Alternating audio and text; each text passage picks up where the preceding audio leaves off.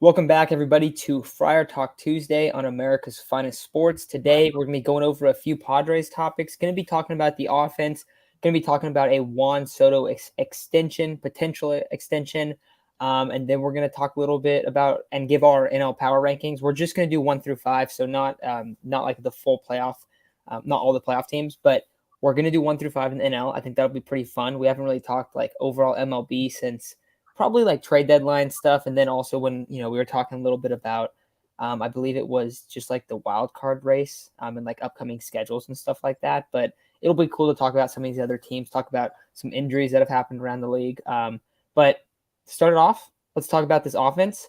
We had been, I think everyone, as a whole Padres fandom, was very frustrated with the Padres offense after the trade deadline. That first 2 weeks was brutal. You see the Padres not really take care of business against the Nationals and some other teams that aren't very good. And then finally, over this, I feel like past few days, past week, we have seen some life from the offense. We've seen Josh Bell heat up. We've seen some of these guys in the offense, like Ha-Seong Kim, that's been here for a while, Will Myers, right? The guys that were here, but they were slumping a little bit. Will Myers had kind of been terrible all season. He's been super hot. Brandon Dreer was slumping last night, has the big game, right? So we're starting to see some life from this offense. So I wanted to talk a little bit about that just because it felt like a couple weeks ago, basically the pitching, no matter who it was, innings 1 through 8 was impeccable. And then the offense wasn't scoring, and your bullpen in the ninth inning, mostly Josh Hader, just was bad. So, Isaac, what are you feeling about the offense finally heating up, and do you think it's something that we should expect to continue to see?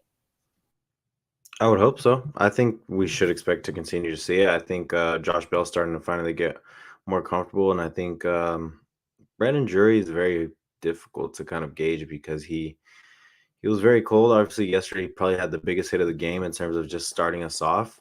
But I know his numbers in San Diego haven't been too good, so those two guys are going to be two of the bigger components come September when we really need our lineup to step up. And it's funny though because you see the lineup puts up a bunch of runs and it ends up being a 6-5 ball game after it starting 3-0 and 6-2 or something like that. So like it ends up being 6-5 and it's like, dude, when I want everything to be in sync. I want the bullpen to be good to start. Like we don't get very many of those games and they need more.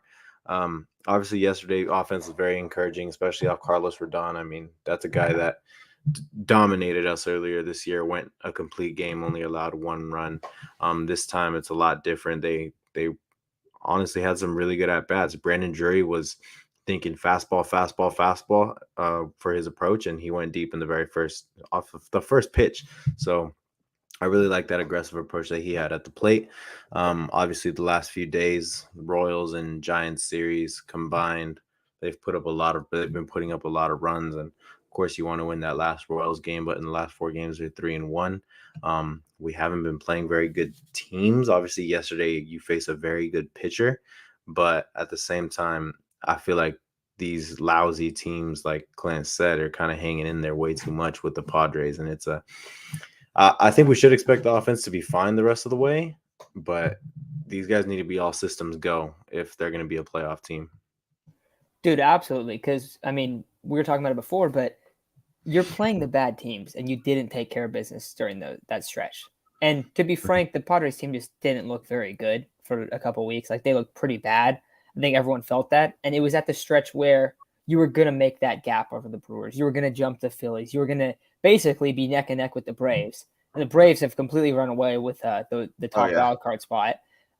Phillies still haven't been that good, and the Brewers haven't been good either. So you're really neck and neck with them right now. But we all knew that it was a light spot in the schedule.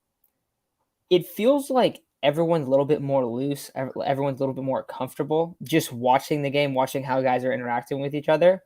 But it just felt like everything was like, I don't want to say so negative because I don't know if it's so negative, but it was just like down. And you felt like everyone was slumping. Everyone was trying to be like the guy to get the big hit to break someone out. And then finally, it just kind of seems like, all right, they're playing it seems like they're playing more team baseball, especially when they're at the plate. So that's what I think is the biggest thing. Now, if this is 100%, like they have to play really well throughout the rest of the season if they're going to make the playoffs.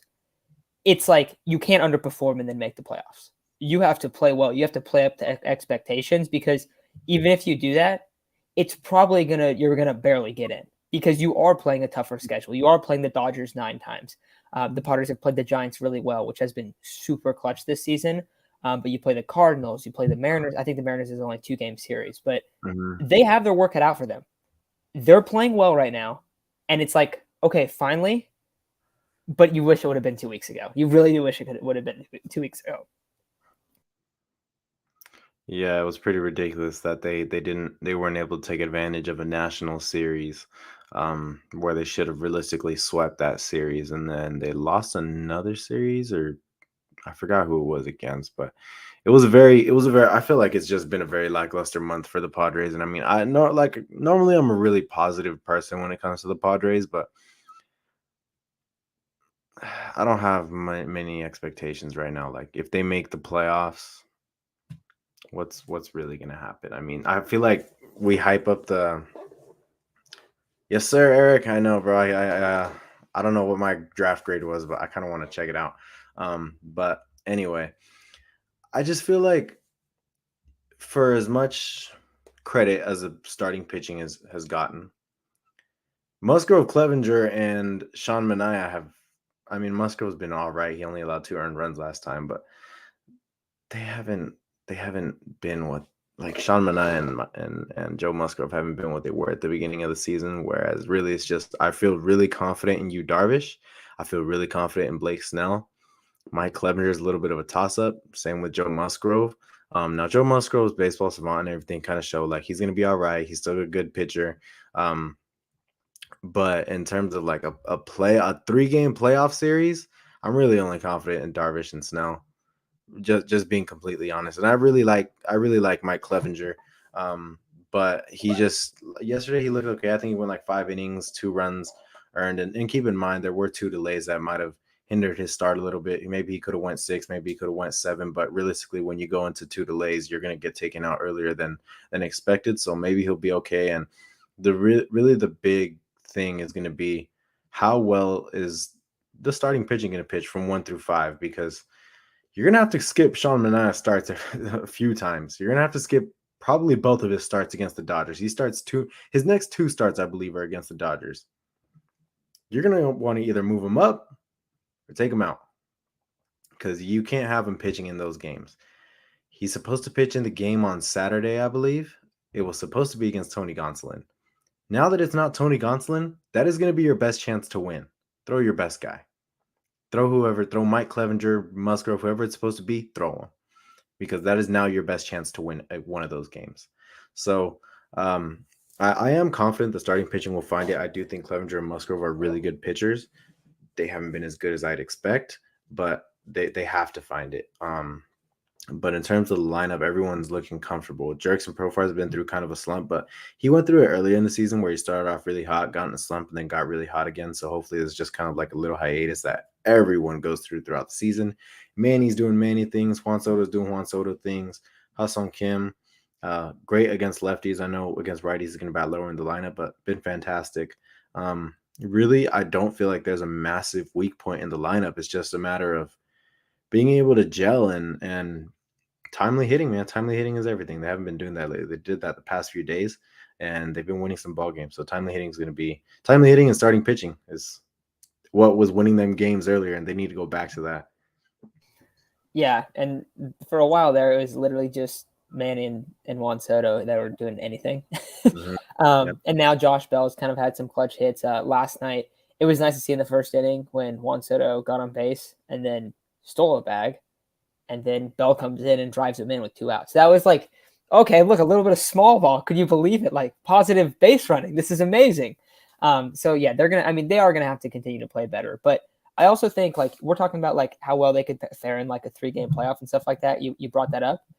If the bats are able, if the offense is able to play well, and if they're able to be consistent, and they do make the playoffs, it means that they've been playing well for like a month. So they're gonna it's one of those things where I feel like sometimes when you're kind of like towards the end of the season and you're like, okay, you have to like win a bunch of games and rip off a bunch of wins. you've already started playoff baseball. Like the Padres are in playoff baseball right now. They're playing the Dodgers a bunch. They're playing the Giants. They're playing the Mariners, the Cardinals. They're playing a bunch of playoff teams. I know the Giants aren't, but like they're all right, and they have a couple pitchers that are pretty good. But you're playing a bunch of playoff caliber teams. So like they're probably kind of in the okay, it's pressure mode, it's playoff time basically. So yeah, I think that we bring up the stuff about them not like kind of having questions of how good they can be in the playoffs, but I think we have to see where the team is at once the playoffs do start. Definitely some kinks, and also like you brought up Musgrove. In his last 7, he has a 4.4 ERA, so not great, but there's also a couple games where he kind of got rocked bad. So I don't know how bad he's really been in terms of like how many games have actually been like really bad. Yeah. His last like few starts, so he only allowed 2 earned against Kansas City, but he gave up 5, but only allowed 2 earned. And then the other starts were pretty good besides that. And then the one before was Colorado, he allowed 6, and that was August 4th. So he's been good over the past like few starts. So I honestly think he's fine. And if you remember last year too with Musgrove, he had like 2 stretches where he had like down stretches, and that was the end of the second stretch, I think. That last game against the Rockies, I feel like. So I think he's been a little bit better. But yeah, I don't know anything else about the offense. Any specific guys that you've been that you feel like all right, they're kind of turning the corner or anything like that. No, I think go for it. I was gonna say one other thing is we were talking about this the other day, but Ha-Seong Kim might be the non-trade deadline acquisition. He might be the Padres' second best hitter on the season. I don't know if you guys have been noticing that, but he's actually getting up there, and it's kind of likely at this point. Yeah, he's looking really good. Nothing else I really want to talk about. We kind of talked about all the guys that are kind of putting up the numbers right now. Josh Bell's coming around. Brandon Drury, I wouldn't say he's coming around, but he had a really solid first at bat yesterday. I forgot what he did the rest of the game, but really that was a game-changing hit. So I don't think there's really anything else with the offense that I have in mind. Okay, cool. So next segment we're going to talk about a little bit Juan Soto, the potential Juan Soto extension. And we're going to get back into, playoff stuff, Padre stuff, overall NL in a second here. But I did want to bring this up just because Peter Seidler made some comments where they basically asked him if he regrets giving Fernando his contract. And he said, no, and I'll do it again. That's basically what he said. And he's talking about Juan Soto, and he's talking about giving him an extension this offseason. And I wanted to know, one, what do you think about this offseason in terms of Juan Soto potentially getting an extension? And 2, what do you think about Juan Soto re-signing or getting an extension in general with the Padres if that's not this next offseason?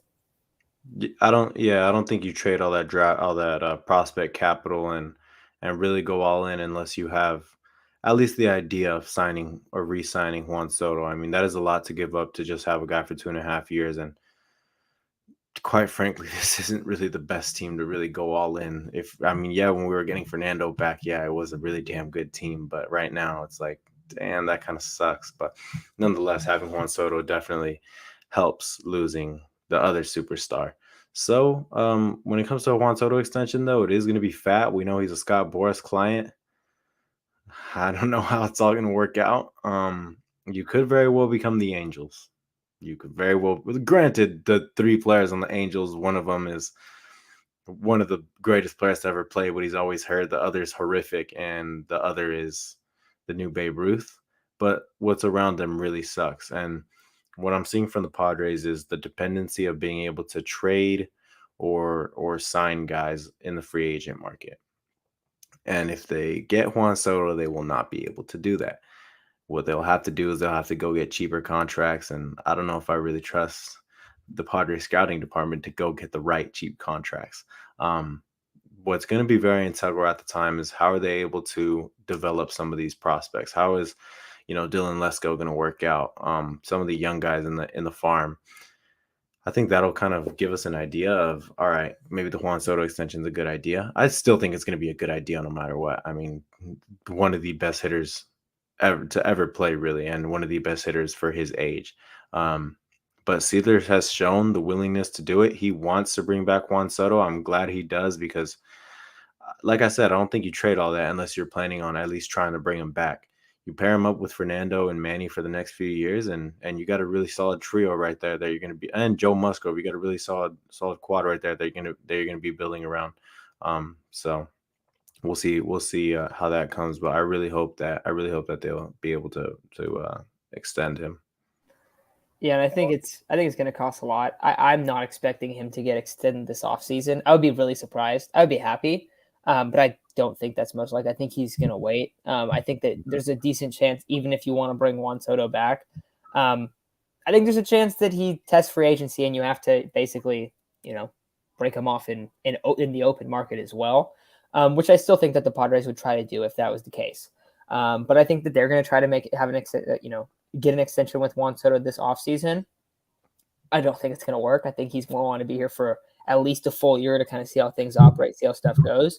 And another thing that's big is, dude, the Padres need to win for Juan Soto to want to stay. Exactly. And I know that he's a Boras client, so it's more like it's basically about the money, and that's kind of everything with it. But I think Juan Soto in general, like, if he doesn't want to be here, where did he just not want to be? What happened? He got traded from the Nationals, right? We just saw that. If he doesn't want to be here, then there's no chance that he gets extended. So I think that's another big thing is they have to win. And I think that's why you're probably going to see him wanting to kind of stay over a year, maybe I would say at least a year, and then this half season as well. But he's going to get completely broken off. So the stuff that you brought up about the prospects, that they're going to have to develop some of these guys. You're going to need like a couple of these dudes. Like if Eddie Rosario is just like a decent player that is cheap, like that will be a big deal for this team down the road in a few years. You brought up Dylan Lesko. The Padres still do have quite a few top end starting pitchers in the farm system, but there's a lot of pressure on them because when you lose Blake Snell, Darvish, Clev, right, over these next few years, you're going to need to replace them, and these guys are going to have to pan out. So that's going to be huge for the Padres to win. I still think that I don't think them like thinking about like how they're going to manage their money is going to affect the Juan Soto extension. I think the reason that the Padres want to extend Juan Soto is because having Fernando Tatis, Manny Machado, Juan Soto as your brand is the best possible way to grow your brand. And I think that's where Peter Seidler's thinking. Now, Peter Seidler also wants to win. Like he's said that a bunch of times, that that's like the primary goal here. But it was cool to hear him say that. I think it's a really positive thing when we're looking in the future. But I don't know. Anything else you got on the Juan Soto extension? That's kind of all I had to say. No, I don't think there's anything big to talk about when it comes to Juan Soto. We're still, I think, maybe only 20 games into his tenure as a Padre. So I'd say let's just wait and see how the team's looking down the road, because if you're going to have to go all in on signing Juan Soto and you have to sacrifice actually building a good team around the three guys that you want to, it might not be the best idea, but this is a guy that you want to keep around, of course. Yeah, I completely agree. So let's talk a little bit about the NL. We'll go over a bunch of these teams, but let's do NL power rankings. I feel like we haven't really talked about how good these teams have been, who's the hottest team, who's the most likely to get hot, and really who can come atop. And I'm not really talking regular season, so I'm not thinking this as like, oh, well, the Dodgers are going to have the best record, put them at number one. I'm thinking of who do you think has the best chance to be in the World Series out of the teams in the NL. And that's where I'm kind of looking for this NL power rankings. I can go through mine first, Isaac, and then you can go through yours after. But mine 1 through 5 is going to be Dodgers, Mets, Braves, Padres, Cardinals. So I have the Padres at 4. I think the Cardinals, they've been better this year. I think they have a couple more wins than the Padres. I just think that ultimately the Padres offense hasn't been playing up to par. And I think once it does that, I think they're going to look a little bit better than the Cardinals. I think they're starting pitching stronger. And then I go to the Braves. I think the Padres probably have better overall starting pitching. But the Braves lineup is really good and the Braves are winning a lot of ball games. So that's why I'd have them at 3. The Mets at 2. So this one's kind of weird because honestly, not in the 3-game series, but if it was a 5 or 7-game series, I would feel decently comfortable if the Padres had to play the Mets. Oh, yeah. The problem is that you would have to, you'd want to at least win one of those first 2 DeGrom Scherzer games. But if you played the Mets in the second round, there's a decent chance that you're not going to see one of DeGrom or Scherzer game 1. because they had to pitch them in the wild card round. So the Mets is a potential second matchup. I think is really positive for the Padres. But when you look at their team, when you look at that 1-2, I think it's hard to not put them at number 2, and especially when you look at what they've done throughout this full season. So I still think they're at number 2. And then I think number 1's pretty obvious for power rankings. Even though they lost a couple arms, they're getting Kershaw back soon, and apparently they're very confident that Tony Gonsolin is going to be healthy. So the only guy that they've really lost out of the starting rotation was Walker Buehler. And then you're having, oh my God, dude. Why can't I think? Dustin May. Then you're having Dustin May come back. And Dustin May is super nasty. I think Dustin May honestly gets slept on a lot. His fastball is one of the most ridiculous pitches I've ever seen. Kind of reminiscent of the Sandy Alcantara fastball as well, just with all the movement that it has. But that's my 5-1 rankings. I do not have the Brewers or the Phillies there. I think that the Phillies could definitely be like brought up for sure. I don't think the Brewers or any other team in the NL is really up there. But what's your top 5? Yeah, the Dodgers are obviously going to be number 1. I mean, I know they lost Walker Buehler, and who knows what's going to happen with Tony Gonsolin. If they're confident with Tony Gonsolin being okay, then, you feel a little more optimistic if you're a Dodger fan, but that is a very scary injury. Either way, they still got a very good rotation. It's kind of crazy that, they could have a lot of injuries and still be that good of a rotation. So the Dodgers are obviously going to be number 1. I'm going to have to go with the Mets at number 2, just because when it comes to a World Series appearance, I don't really think it gets much better than having your 1 and 2 being DeGrom and Scherzer. And yeah, they don't hit for much power, but they're still a very good team that I think they got the recipe for success. And then number 3, I'm going to have to go with the Braves. That lineup is absolutely disgusting. You got nothing but studs from pretty much 1 through 9 all throughout that lineup. Michael Harris, Ronald Acuna. I don't know if they're supposed to be getting Albies back soon, but I'm pretty sure they are. Dansby, Riley, Olsen, just studs all throughout that lineup. So they got to be up there. I'm actually going to go with the Cardinals ahead of the Padres. Of course, their starting pitching isn't as good as ours, but Montgomery's been fantastic for them. Adam Waino's always been, one of those dudes. I don't know how he's still doing it, but he's still doing it. Albert Pujols, for some reason, is catching some fire, and just they've been really good. Nolan Arenado and Paul Goldschmidt have been 2 of the top players in all of baseball. Paul Goldschmidt being a candidate for the Triple Crown. Tyler O'Neill's getting hot. Tommy Edmonds putting up, one of the best seasons in baseball. So that is a team that honestly is very good. And I know a lot of people are going to say, how could you not put the Padres over the Cardinals? Cardinals kind of always beat the Padres. They swept us earlier this year, so we'll see how it goes in our next series. But that is a very good team that I would not want to face personally. I'll go with the Padres at 5. It's very hard to put them that low, just because I do still feel confident that they're sort of a World Series team, but I mean, they just haven't shown it. They haven't shown it. They have not shown it whatsoever lately. I don't know how I can expect them to go in there and win a World Series when they're tying series with the Nationals and getting blown out by the Royals. Like, there's so many factors I think again that are going against the Padres that I can't rank them higher than those other organizations, because the Dodgers have a history of winning. The Cardinals have a great history of winning. The Braves just won a World Series last year, and the Mets are heavily invested into their roster with good players. So, yeah, that's going to be my power rankings for sure. And I like that. So, I mean, we're basically the exact same outside of flipping the Cardinals and the Padres. And I definitely see where you're coming from, too, because, when we were talking about this team, and granted, this was with Fernando, but right after the trade deadline, it was like, the Mets. Padres are way better than the Mets. That's like we said that right after the deadline too. So, and I still think like the big thing for me is I think if we see Josh Bell, I don't have the same confidence in Brandon Drury, but I do think if we see Josh Bell just absolutely lighting it up, right? Just has an amazing September. I do think that would it would feel like, because like I feel like the Fernando blow is so big when you talk about World Series, when you talk about hanging with these other teams in the NL. But that would be kind of like a Band-Aid in a way. Like, because if we look at his numbers, like his numbers at so far in San Diego are like not even close to his career numbers. Now he's been really good lately, but like it was 2-3 weeks that he was struggling really, really bad.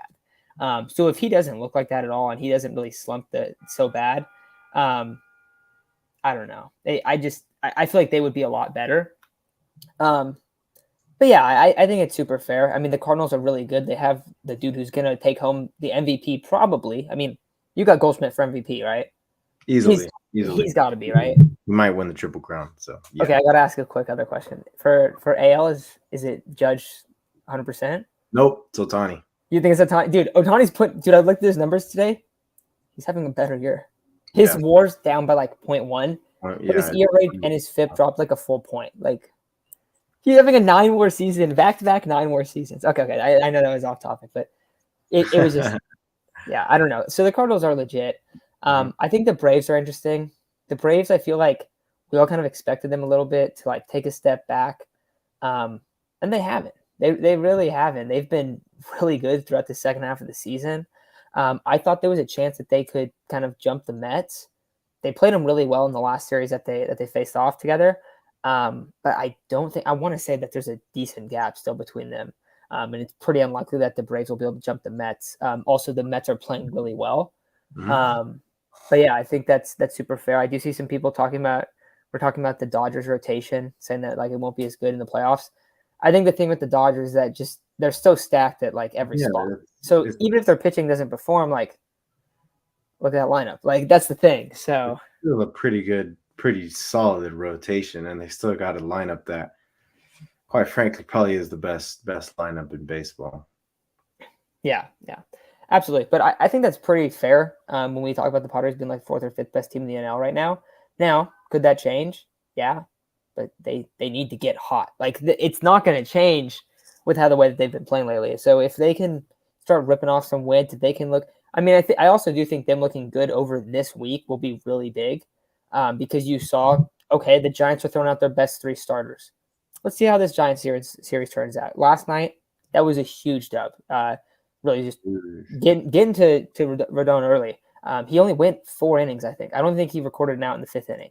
So overall, that's perfect game 1. Now you got your work cut out for you the next 2 days, and then you got to go to LA and play the Dodgers for the next 3 games this week. So I feel like this week's record is probably going to, I don't know if I don't want to say like tell us a lot, but kind of show us like, all right, is there a chance this team can be consistent, or are they just going to be still, keeping inconsistent as they have been since, I think JDS said it, since May, they've been 500. Yeah. I do want to say, I think it's really weird to bring up the Padres have been like this since before the trade deadline, because it's like half the lineup is different. I think that's kind of tough. I think when we look at it, it's just kind of like, because the sample size is so small with this team right now, but it's just like, all right, let's just keep kind of gauging how good they're playing. And if they're not playing well, then they're probably not going to randomly flip the switch once the playoffs come around. If they gradually start playing better, then we're all going to gain a lot more confidence in it. But I don't know. Shoot, I was gonna say something. If the Padres are able to win tonight, they should be really confident going into that Dodgers series. The Dodgers play the Mets in this series, and they don't have a day off before they play us, whereas we do have a day off before we play them. I feel like this is a really good position for the Padres to be in terms of these next 6 games, because you're facing Logan Webb tonight, who's been pretty solid. But if you're able to go ahead and win this game tomorrow, you should be able to win also. And then you got a break, and then you're facing a team coming off one of the biggest series in all of baseball, where hopefully, it kind of drains them a little bit, and they're a little sluggish going into that Padres series, because I think what's kind of hindered us a lot this whole season is just we're getting our asses kicked by the Dodgers. We keep getting our asses kicked by the Dodgers. I mean, there's no sugarcoating it. No game is even competitive. Even that one that we won where we came back in the 9th inning, we looked horrible for most of it. For like up until the last 2 outs, we looked horrendous. So, I mean, I don't know. That's kind of what's been killing us, I think, all season. Just kind of a shot of confidence that you don't know if you're actually able to compete with the best team in baseball, which I think they can. But hopefully coming off, one of the biggest series in baseball, the Dodgers are a little lackluster, and the Padres are able to take advantage of it, because they quite frankly, they have to. They got to win at least 4 of these next 9 games against the Dodgers. Like I said, come Saturday, you're facing who knows? I mean, you're not facing Tony Gonsolin anymore. you should pitch your best guy. Pitch your best guy. Go out there, try and at least win that one, and try and win the next 4 of the next 9 against the Dodgers. But Padres have a tough road ahead, man. At one point, I was very confident. I was like, this actually isn't that bad. But then you look at the schedule again, it's, oh man, you got 9 against the Dodgers, you got 2 against the Mariners, you got a few against the White Sox. You still got to play the Giants, and a few against the Cardinals. I mean, there's still a long road to go.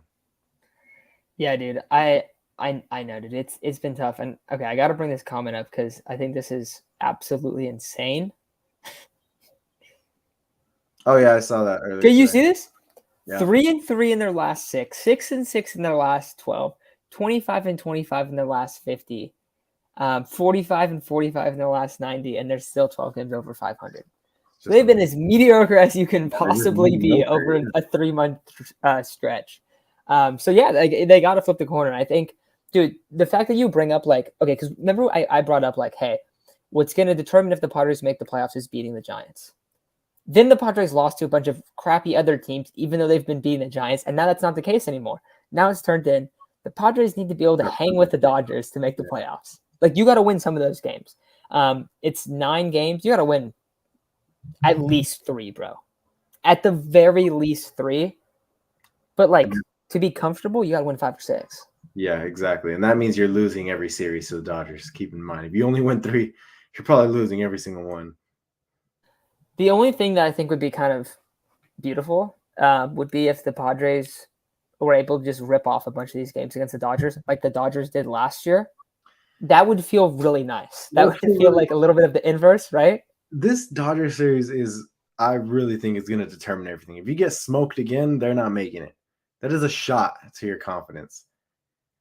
If you win that series and you ride high going the rest of the season, that could determine your season. So I think we're catching them at a good time. That's okay. That is super true. Definitely catching them at a good time. And also, we were talking about the Giants too. I think it was yesterday. Dude, the Giants are literally throwing all their best guys against us because it's last ditch effort for them. So it's all right, this is our last hope. We got to start getting a few games. If we don't in this series, we're probably done. Put the Giants to sleep this series. And then basically they got to come out and they got to hang. They got to take 2 out of 3 or at least win 1 or at least win 1 and be competitive. Yeah. Because this is a road series as well. Mm-hmm. But yeah, we are definitely taking. We got the hardest road ahead of us in terms of the teams in the playoff mix. Yeah. The good thing is that the Brewers actually aren't that good of a team, which I do think we need to bring up. They're not. Now, for some reason, I don't know if you've seen this. The Brewers keep hitting walk-offs, bro. They've hit 3 walk-offs in the past week or so, which makes it way worse. I feel like. You're that close to being separated by more games, and I mean, we have a tiebreaker over them. So technically, you can add another game onto whatever lead we have on them right now, but you want more. Dude, 100%. So yeah, I think the game's starting in a few minutes here. Anything else that we should talk about before we bounce out? And we'll be going live again tomorrow too. Yeah, we'll go live again tomorrow after the game. I kind of think that's good for right now. I mean, we've kind of covered a lot of Padres baseball the past few days, so it can be tough to keep bringing up different topics. So we just try and keep something new. But yeah, I kind of think that's it. I think as long as the Padres are able to take 2 more games of these next 5, you go 3-3, and I really think that you kind of still set yourself up for success. I mean, realistically, like I said, you're catching the Dodgers at the right time. If you don't win that series against the Dodgers, I mean, I don't know if all hope is lost, but it's a shot to your confidence. So hopefully they're able to bust out at least. I'm hoping 3 of these next 5 for sure. Yeah. What's your score predictions for tonight? I'm gonna say 4-3. I'm gonna say 3-2 Padres. Okay, so you're going same as Eric. Yeah. I just think it's gonna be a little bit of a pitcher's duel. Okay, I have one more question that we got to bring up. Okay. Oh. What happened to Black Panther? Black Panther got destroyed. They actually cursed the Padres, both of those objects. Turns out. So yeah, we don't need to see those anymore. Yeah, the Black Panther got destroyed, and the swag chain only gets brought out once in a blue moon. We're sticking to the Polaroids right now. So I like the Polaroid. I do like the I Polaroid. love the Polaroid. But yeah, I think that's probably gonna do it. All right, man. Sounds good.